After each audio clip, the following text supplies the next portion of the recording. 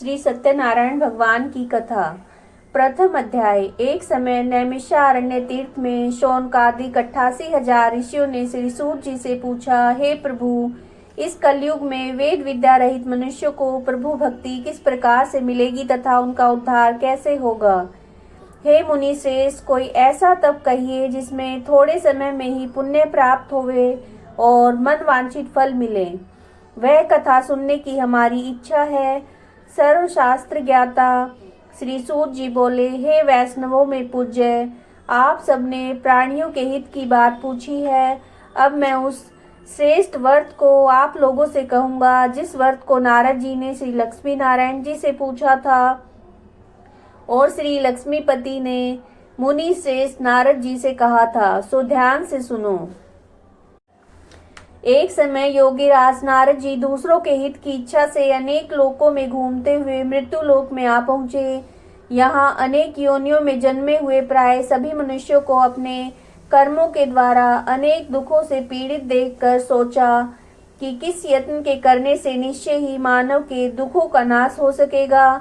ऐसा मन में सोचकर विष्णु लोक को गए।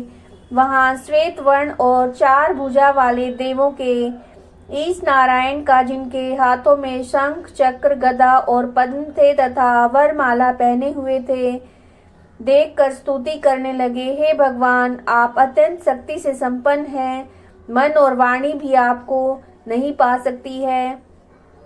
आपका आदि मध्य और अंत नहीं है। निर्गुण स्वरूप सृष्टि के कारण भक्तों के दुखों को नष्ट करने वाले हो। आपको मेरा नमस्कार है।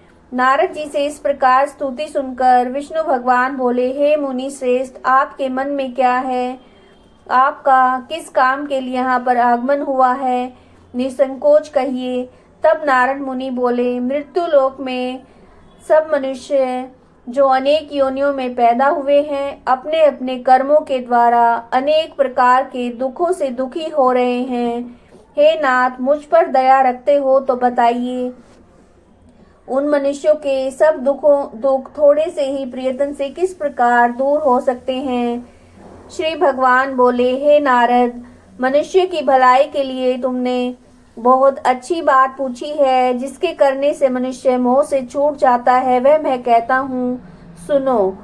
पुण्य देने वाला स्वर्ग तथा मृत्यु लोक दोनों में दुर्लभ एक उत्तम व्रत है। आज मैं प्रेमवश होकर तुमसे कहता हूँ, श्री सत्यनारायण भगवान का यह व्रत अच्छी प्रकार विधान पूर्वक करके मनुष्य तुरंत ही यहाँ पर सुख भोग कर मरने पर मोक्ष को प्राप्त होता है। श्री भगवान के वचन सुनकर नारद मुनि बोले, उस व्रत का फल क्या है? क्या विधान है? किसने यह व्रत किया था और किस दिन यह व्रत करना चाहिए? विस्तार से कहिए। भगवान बोले, दुख शोक आदि को दूर करने वाला, धन और धान्य को बढ़ाने वाला, सौभाग्य तथा संतान देने वाला यह व्रत सब स्थानों पर विजय प्राप्त कराने वाला है। भक्ति और श्रद्धा के साथ किसी भी दिन मनुष्य श्री सत्यनारायण की शाम के समय ब्राह्मणों और बंधुओं के साथ धर्मपरायण होकर पूजा करे। भक्ति भाव से नैवेद्य, केले का फल, घी, दूध और गेहूं का चूर्ण सवाया लेवे। गेहूं के अभाव में साठी का चूर्ण, शक्कर तथा गुड़ ले। सब भक्षण योग्य पदार्थ जमा करके भगवान को अर्पित करे। बंधु बांधवों सहित ब्राह्मणों को भोजन कराए। तत्पश्चात स्वयं भोजन करे। नृत्य गीत आदि का उच्चारण करके श्री सत्यनारायण भगवान का स्मरण करता हुआ समय व्यतीत करे। इस तरह से व्रत करने पर मनुष्यों की इच्छा निश्चय ही पूरी होती है। विशेषकर कली काल में मृत्यु लोक पर यही मोक्ष का सरल उपाय है। इति श्री सत्यनारायण व्रत कथा का प्रथम अध्याय संपूर्ण। श्रीमन नारायण नारायण नारायण, भजमन नारायण नारायण नारायण। श्री सत्यनारायण भगवान की जय। अब हम दूसरा अध्याय करेंगे। सूत जी बोले, हे ऋषियों, जिसने पहले समय में इस व्रत को किया है उसका इतिहास कहता हूँ, ध्यान से सुनो। सुंदर काशीपुरी नगरी में एक अत्यंत निर्धन ब्राह्मण रहता था। वह भूख और प्यास से बेचैन हुआ, नित्य पृथ्वी पर घूमता। ब्राह्मणों से प्रेम करने वाले भगवान ने ब्राह्मण का रूप धारण करके उसके पास जाकर आदर से पूछा कि हे विप्र, नित्य दुखी हुआ पृथ्वी पर क्यों घूमता है? दीन ब्राह्मण बोला, मैं निर्धन ब्राह्मण हूँ, भिक्षा के लिए पृथ्वी पर फिरता हूँ। हे भगवान, यदि आप इसका उपाय जानते हो तो कृपा करके कहो।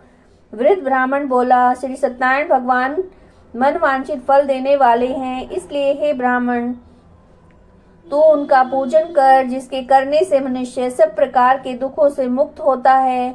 ब्राह्मण को व्रत का सारा विधान बतलाकर बूढ़े ब्राह्मण का रूप धारण करने वाले श्री सत्यनारायण भगवान अंतर्ध्यान हो गए।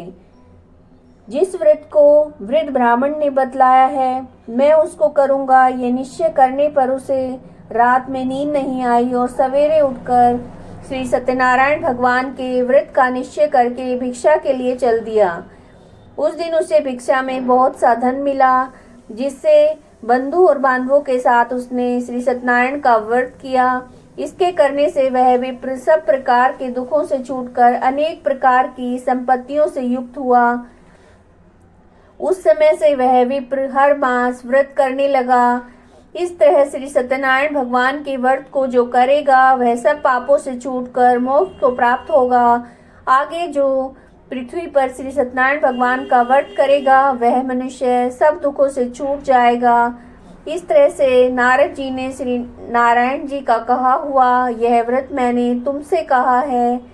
हे विप्रो, मैं अब और क्या कहूँ? ऋषि बोले, हे मुनिवर, संसार में उस विप्र से सुनकर किस किस ने इस व्रत को किया, हम सब सुनना चाहते हैं। इसके लिए हमारे मन में श्रद्धा है।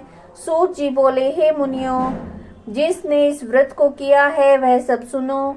एक समय वह विप्र धन और ऐश्वर्य के अनुसार बंधु बांधवों के साथ व्रत करने को तैयार हुआ। उसी समय एक लकड़ी बेचने वाला बूढ़ा आदमी आया। बाहर लकड़ियों को रखकर विप्र के मकान में गया।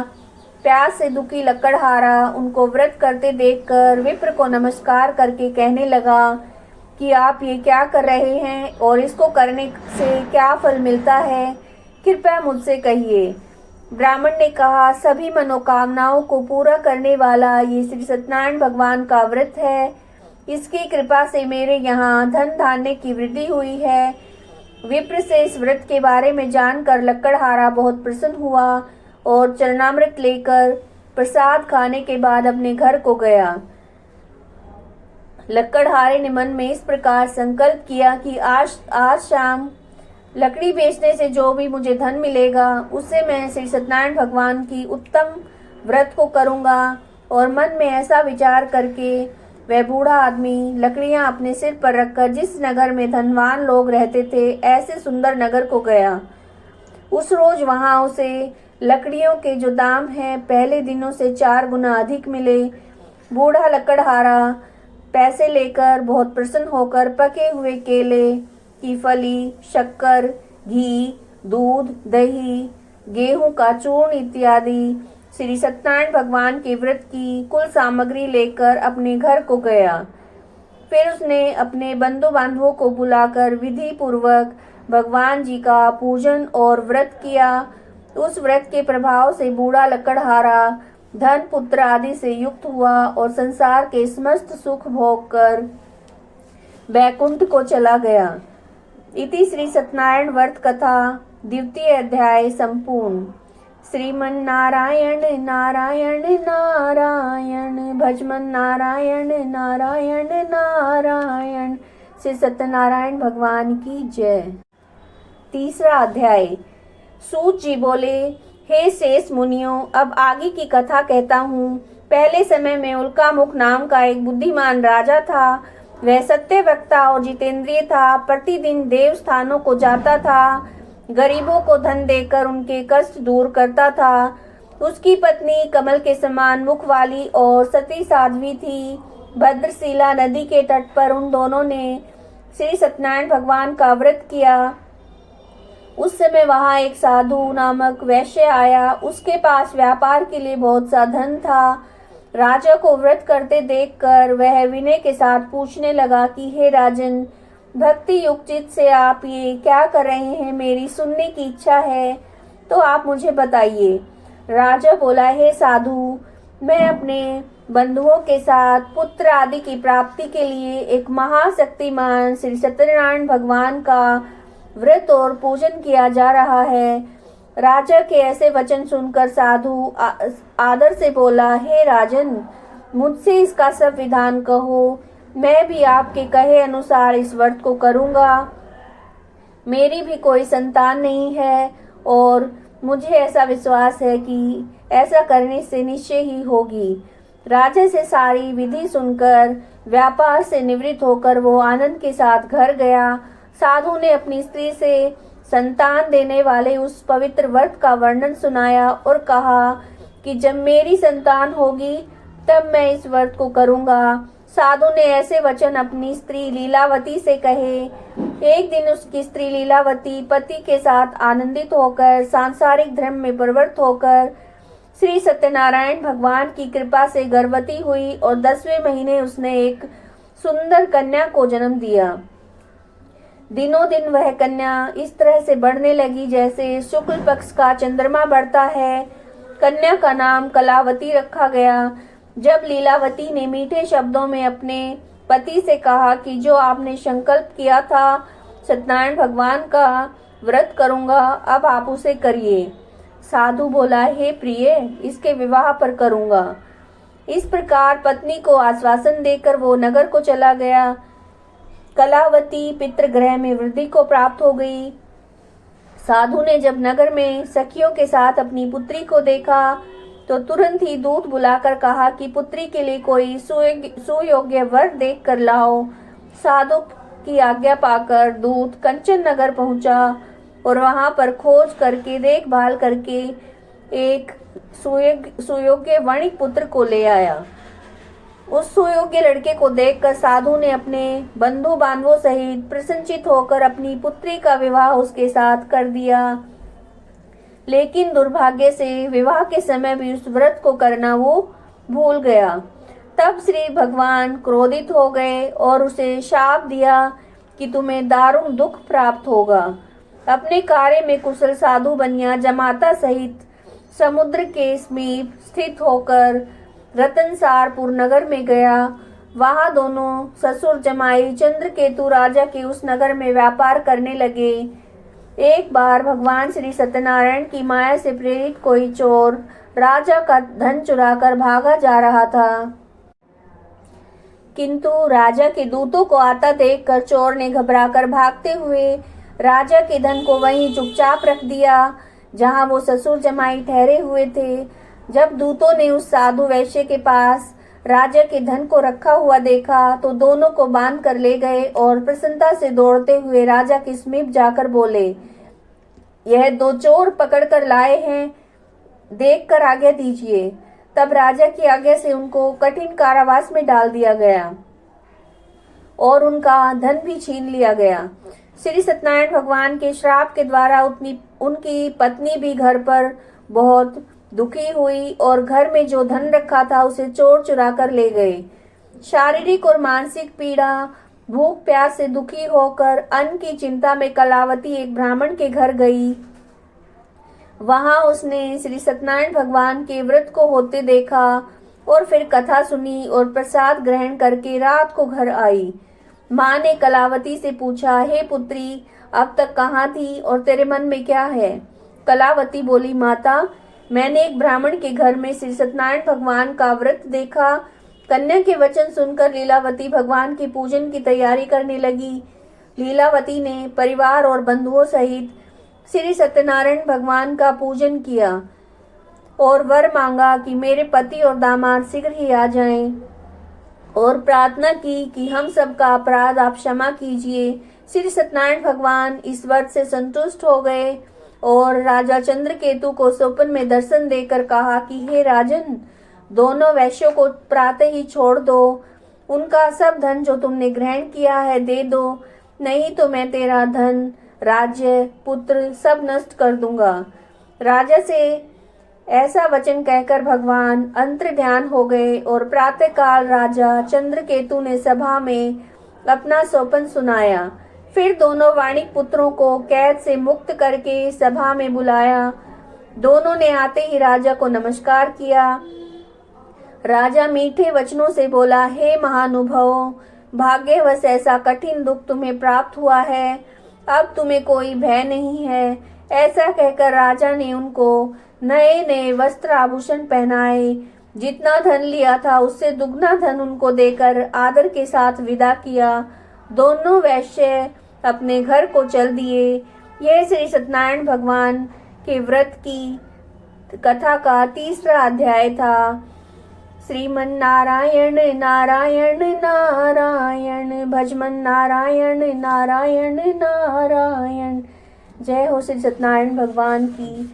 अब हम चौथा अध्याय कहेंगे। सूत जी बोले, वैश्य ने मंगलाचार करके यात्रा आरंभ की और अपने नगर को चल दिए। उनके थोड़ी दूर निकलने पर ही दंडी वेशधारी श्री सत्यनारायण से उनसे पूछा कि हे साधु, तुम्हारी नाव में क्या है? अभिमानिक वणिक हंसता हुआ बोला कि हे दंडी, आप क्यों पूछ रहे हो? क्या धन लेने की इच्छा है? मेरी नाव में तो बेल और पत्ते भरे हैं। वैश्य का कठोर वचन सुनकर भगवान ने कहा, तुम्हारा वचन सत्य हो। दंडी ऐसा वचन कहकर वहां से दूर चले गए। कुछ दूर जाकर समुद्र के किनारे बैठ गए। दंडी के जाने पर वैश्य ने नित्य क्रिया करने के बाद नाव को ऊंची उठी देखकर अचंभा किया। नाव में बेल और पत्ते आदि देखकर मूर्छित होकर जमीन पर गिर पड़ा। फिर मूर्छा खुलने पर वह अत्यंत शोक प्रकट करने लगा। तब उनका दामाद बोला, आप शोक न करें, ये दंडी का शाप है, अतः उनकी शरण में चलना चाहिए, तभी हमारी मनोकामना पूरी होगी। दामाद के ऐसे वचन सुनकर वो दंडी के पास पहुंचे और भक्ति भाव से नमस्कार करके बोले, मैंने जो आपसे असत्य वचन कहे थे उनके लिए हमें क्षमा कीजिए। ऐसा कहकर महान शोकातुर होकर रोने लगे।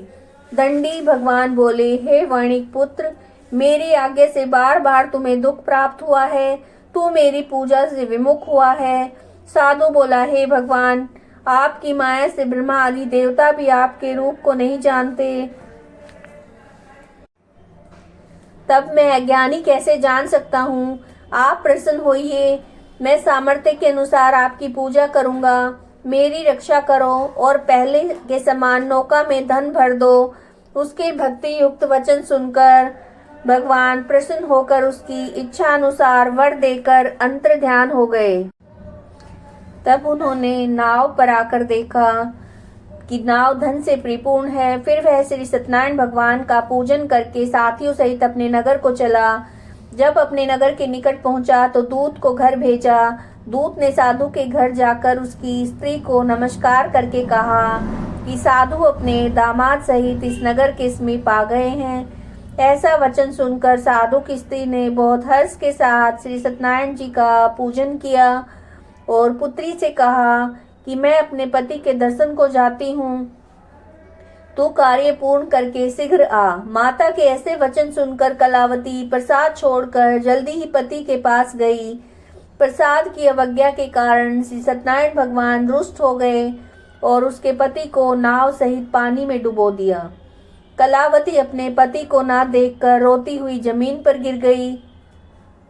इस तरह से नौका को डूबा हुआ और कन्या को रोता हुआ देखकर साधु दुखी होकर बोला, हे प्रभु, मुझसे या मेरे परिवार से जो भूल हुई है उसे क्षमा कीजिए। उसके दीन वचन सुनकर श्री सत्यनारायण भगवान प्रसन्न हो गए और आकाशवाणी हुई कि हे साधु, तेरी ये कन्या मेरे प्रसाद को छोड़कर आई है, इसलिए उसका पति अदृश्य हुआ है। यदि वह घर जाकर प्रसाद खाकर लौटे तो इसे पति अवश्य मिलेगा। ऐसी आकाशवाणी सुनकर कलावती ने घर पहुंचकर प्रसाद खाया और आकर पति के दर्शन किए। तत्पश्चात साधु ने बंधु बांधवों सहित श्री सत्यनारायण भगवान का विधि पूर्वक पूजन किया। इस लोक का सुख भोग कर अंत में स्वर्ग लोक को गया। यह श्री सत्यनारायण व्रत कथा का चौथा अध्याय संपूर्ण हुआ। श्रीमन नारायण नारायण नारायण, भजमन नारायण नारायण नारायण। जय हो सत्यनारायण भगवान की। 5वां अध्याय। सूत जी बोले, हे ऋषियों, मैं और भी कथा कहता हूँ, सुनो। प्रजा पालन में लीन तुंगध्वज नाम का एक राजा था। उसने भी भगवान का प्रसाद त्याग कर बहुत दुख पाया। एक समय वन में जाकर वन्य पशुओं को मारकर बड़ के पेड़ के नीचे आया। वहां उसने ग्वालों को भक्ति भाव से बंधु बांधवों के साथ सत्यनारायण जी का पूजन करते देखा। राजा देखकर भी अभिमानवश वहां नहीं गया, ना ही नमस्कार किया। जब ग्वालों ने श्री भगवान का प्रसाद उसके सामने रखा तो वह प्रसाद त्याग कर अपनी नगरी को चला गया।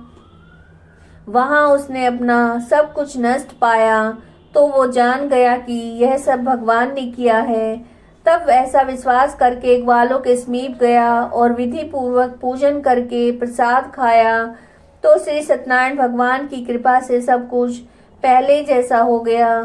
फिर दीर्घ काल तक सुख भोग कर मरने पर स्वर्ग लोक को गया। जो मनुष्य परम दुर्लभ व्रत को करेगा, भगवान की कृपा से उसे धन धान्य की प्राप्ति होगी। निर्धन धनी और बंधी बंधन से मुक्त होकर निर्भय हो जाता है। संतानहीनों को संतान प्राप्त होती है तथा सब मनोरथ पूर्ण होकर अंत में बैकुंठ धाम को जाता है। जिन्होंने पहले इस व्रत को किया है, अब उनके दूसरे जन्म की कथा कहता हूँ। वृद्ध सतानंद ब्राह्मण ने सुदामा का जन्म लेकर मोक्ष को पाया। लक्कड़हारे ने अगले जन्म में निषाद बनकर मोक्ष को प्राप्त किया। उल्का मुख नाम का राजा दशरथ होकर बैकुंठ को प्राप्त हुआ। साधु नाम के वैश्य ने मोर ध्वज बनकर अपने पुत्र को आरे से चीरकर मोक्ष को प्राप्त किया। महाराज तुंगध्वज ने स्वयंभू होकर भगवान में भक्ति युक्त होकर कर्म करके मोक्ष को प्राप्त किया। इति श्री सत्यनारायण व्रत कथा 5म अध्याय संपूर्ण। श्रीमन नारायण नारायण नारायण, भजमन नारायण नारायण नारायण। जय हो श्री सत्यनारायण भगवान की जय।